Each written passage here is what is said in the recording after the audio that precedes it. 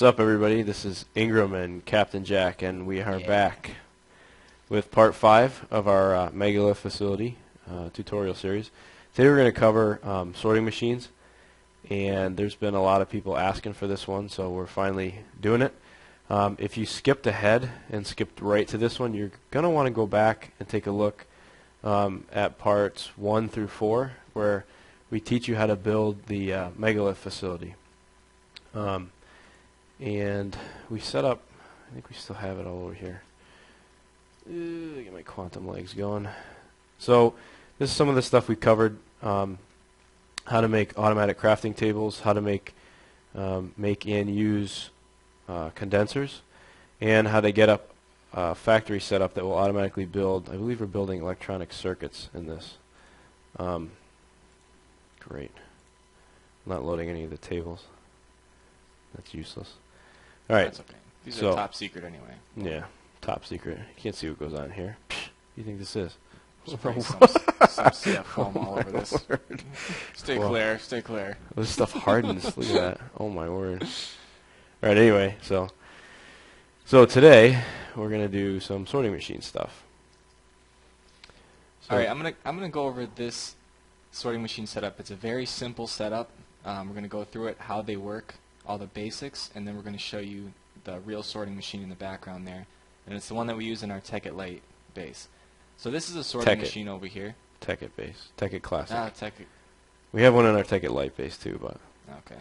This is a sorting machine, and it's important to note the difference between the input and the output. Over here we're going to have the input. It's the big square. And on the opposite side, the small hole, the varicose veins, is the output side. And the this red dot thing is also indicating the output, and these little, I don't know what in the world they are, and these little golden eyeballs will like push that way. They'll push from the input towards the direction of the output. So all those three things, the varicose veins, all kind of flow the right way. That should help you figure out what in the world that's facing. And if you put it the wrong way, you can rotate it with a screwdriver just like normal. Alright, so what we have here, I'm going to go over all the components of this, and then we're going to go back, turn it on, and see how it works. We have a chest attached to a filter, and you can see the input side of the filter is the larger side. It's got the cross kind of with the hole in the middle. The output side is again just a small hole. We have a timer hooked up to this that's currently off, that's going to push everything from this chest here into the filter, through this pneumatic tube, and into this sorting machine.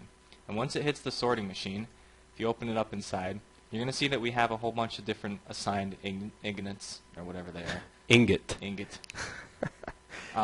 There's a bunch of different colors. There's a color assigned to each one. The blue alloy is assigned to blue, gold is assigned to yellow, red is assigned to red, and so on and so forth. And once they get pushed through this sorting machine, they're going to find the correct color pipe, and they're going to go right there. So the path is going to be already predetermined the second that it exits this sorting machine. So if the blue alloy ingot comes out, it already knows the blue alloy ingot is going to get coated blue, and it's going to go right into this blue chest here. And you're going to use a paintbrush to color these pneumatic tubes. I think there's, 16 different colors that you can use? Yep. Alright, so once everything gets fired through there... Before you turn that on... No, I'm not going to turn it on yet. Oh, okay. If you want to get a little bit more advanced, like the one in the background there, you can add a second sorting machine. And basically what that does is just continues to double or triple or quadruple or however many of these you want. You can get 16 different colors coming out of the back of these machines. So once anything that's unsorted, which I forgot to mention, which unsorted is white inside the sorting machine. You can see that with the option here on the screen. Yeah, anything that's white is going to come to this chest over here with this white colored pipe.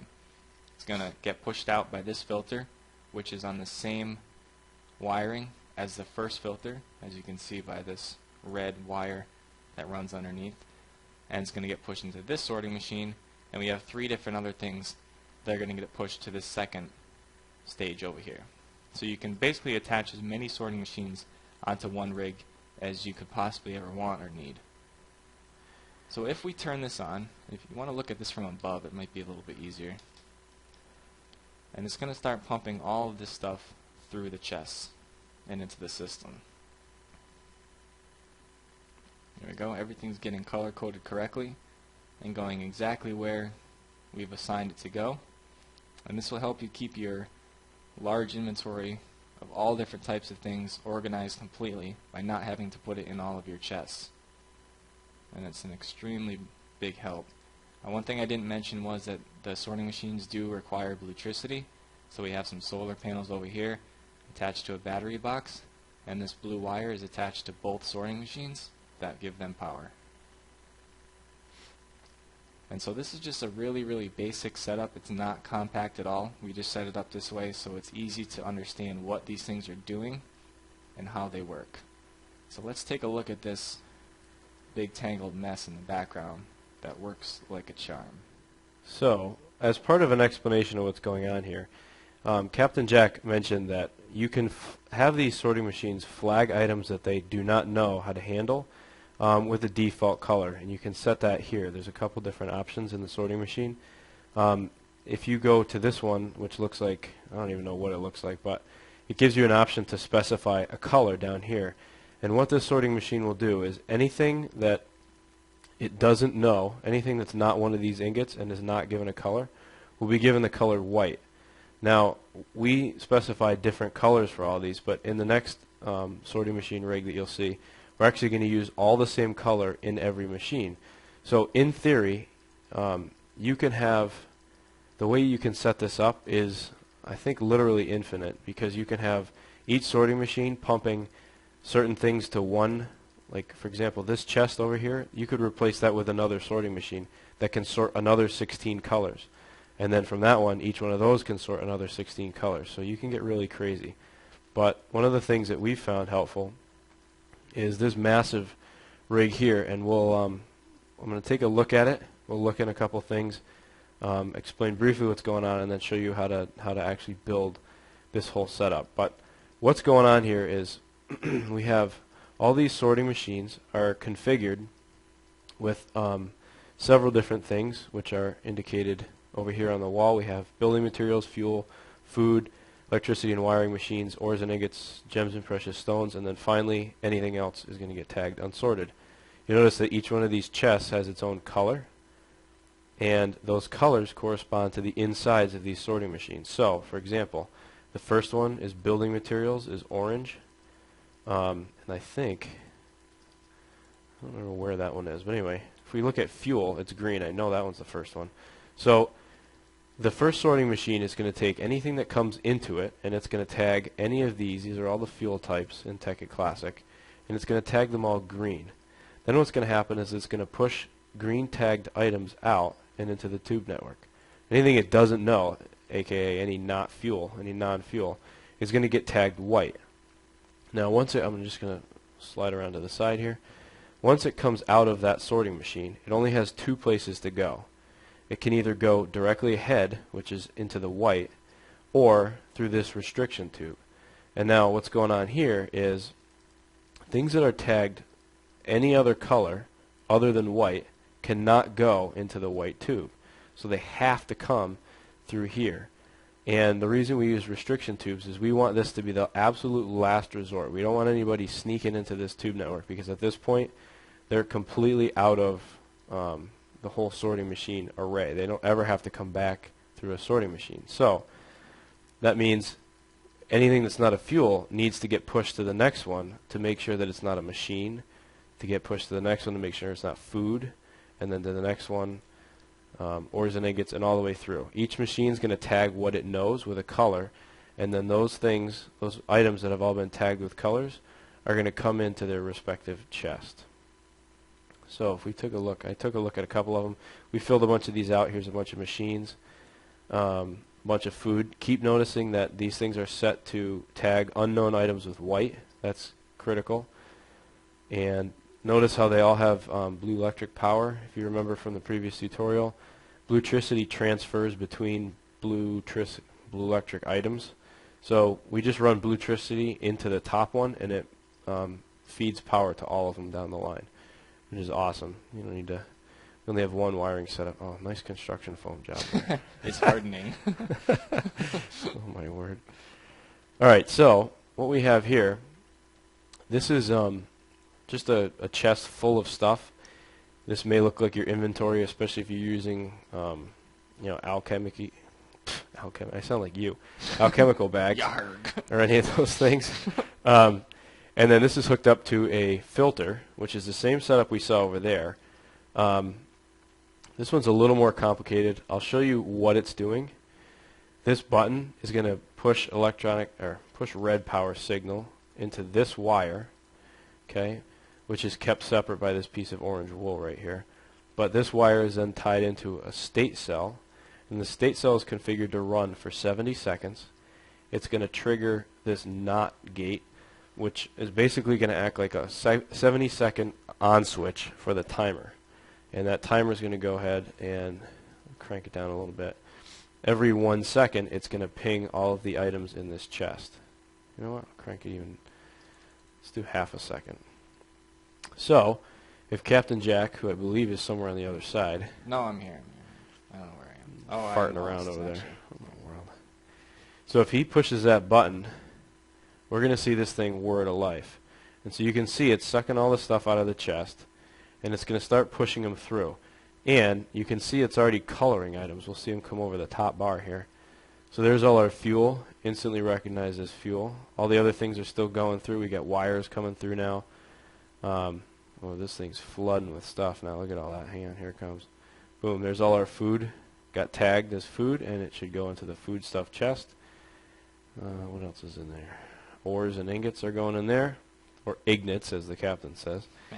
Then we got machines coming in, bunch of wiring coming through, more machines. So basically, you can just come back after a hard day at work and unload your inventory into here. And, oh man, I actually needed all that stuff. It's alright. I needed that for the next part. And there we go. So this thing is automatically sorting your entire inventory for you. And if we go over here and take a gander in all these chests, we can see, oh, somebody classified something wrong there. That was probably me. Oh, no, that's electricity and wiring. That's right. This is so fun to watch. Oh man, I gave up my Swift Wolf ring. I can't fly anymore. So anything that we didn't have specified is going to get tagged white. It's going to come into this thing here, and there's all the stuff that I'm going to need for later. So I'm going to take it all back out. And apparently I forgot to put emeralds in the right thing. So if we have emeralds here, I'll show you how we set this up. To find the one with gems in it. Should have labeled these things, for crying out loud. Okay, so this is our gems and precious stones. We just take one emerald and put it in there. And then, if we put this thing back in the chest, and Captain Jack is not manning the button, it's going to go through. And this time it's not going to get unsorted. It's going to go right into the gems and precious stones bin. Yeah, so you don't have to worry about sorting every single thing the first time around. Just wait and see what pops into the unsorted chest, and then you can throw it back through the system. You can even hook this thing up so that, similar to this input chest over here, you can pipe and hook up a filter to the bottom of, or the top of the unsorted chest and have it pump all the unsorted items back through the system. So if you took a couple things out of there, put new stuff in, and didn't feel like taking them all out of this chest and putting them in the other one, you can have it, for the lazy people, you can have it suck it right out of the top of the chest. Yeah, don't forget about this. Speaking of lazy, brings us to our next thing. This is a transposer, which is facing downward, and anything that you throw into the bottom of it will automatically get put through these pneumatic tubes and into the bottom of your chest. So if you're too lazy to even open up the chest, which is right there, then you can just throw everything in. And as you can see, all that stuff is already getting automatically sorted. Now this thing can actually handle full stacks, partial stacks, single items. It will treat them all the same, and basically just hammers through. All right. So yeah, we're not using all the sorting machines on here, just to be clear. Too, we're only using 3, 6, looks like 7 different colors plus an unsorted chest, and we have 4, 8, 12. We have 16 different machines set up, so we're actually not using everything here. Yeah, one of the reasons that we built all 16 machines like this is because there are 16 colors, and we don't want to have to build our whole base and then redesign it because we didn't leave enough room for the sorting machine. So, let's talk about how to actually build this. Alright, so we'll start with a sorting machine as soon as I get one. Out of here. And the trick with these is you need to go down the line, then up, then back, down the line, then up, back down the line, up, back down the line. You need to have a flow to the whole process here. So, hold on, before you do that, explain that mess of restriction tubes back here, unless you already did and I wasn't paying attention. Yeah, you weren't paying attention. Oh, okay, I'm building my boat. You're building a boat? Oh my word. Coming soon, Captain Jack's boat building tutorials. Alright, so if you got confused by the restriction tubes, I'll explain why in this part. I'm just going to turn on creative because I'm too lazy to wait for the block to break. So we're going to have this set up. We're going to pretend like this is our setup that we're going to be building. Now, remember, you have your sorting machine, and then there's two outputs. One of them is going to be a restriction tube, and then one of them is going to be, creative mode is horrible, one of them is going to be colored white. Okay? And we're going to set this up. We're going to say switch to any item with default color. That's what that little symbol means. I don't know what the symbol actually is. And then we'll say that this is orange. So anything that's orange is going to come out this way. Then we need to have this white one be piping into the back of the next sorting machine in line because this guy didn't know something, so he passed it on along as white, so maybe this guy knows. So we do the same thing. You have two regular pneumatic tubes, then you have your restriction tube, and then you just paint one of them white. And now, this one I'm going to have actually wrap back around. So you can see some of the design issues.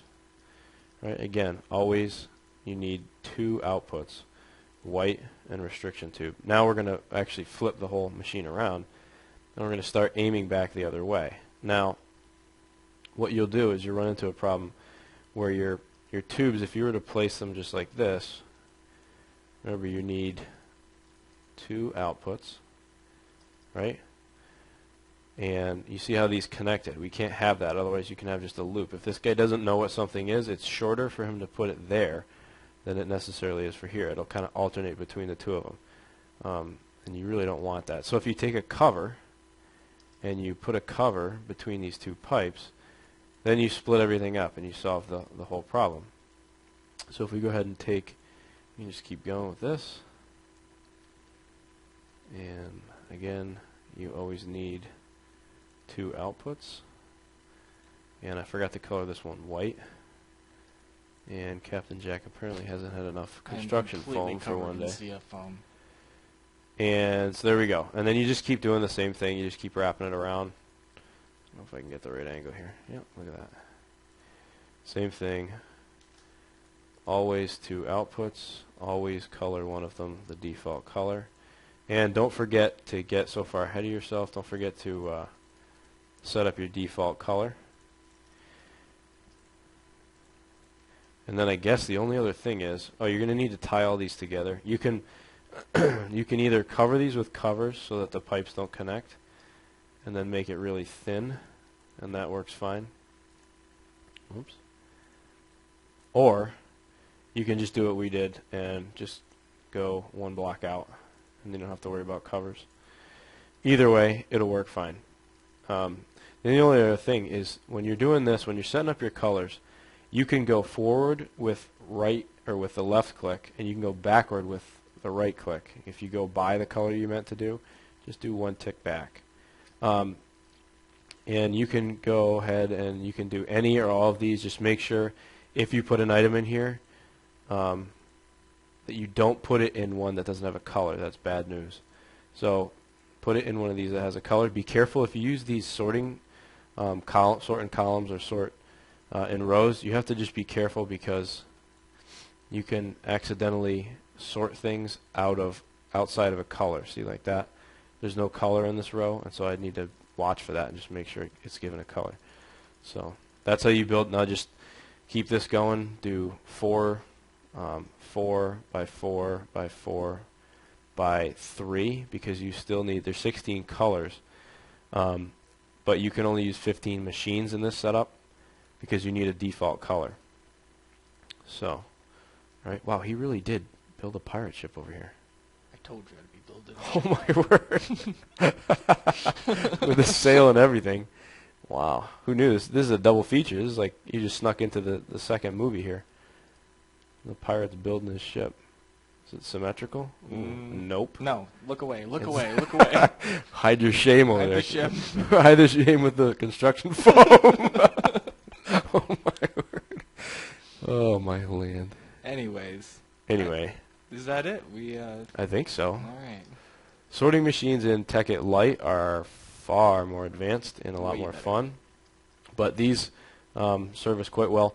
The only other thing I suppose that we should be covering is sorting machines can actually suck out of a chest as well. It's kind of key. We never really use them like this, except in Tekkit Lite, and you'll see why if you ever watch the Tekkit Lite video. Sorting machines can suck things out. I need a lever here. Stupid ring. What in the world? Alright, let's turn this off. You can have it actually. You just turn on. Do you have any paintbrushes? Yeah, I have a cyan one. Just paint one of those tubes.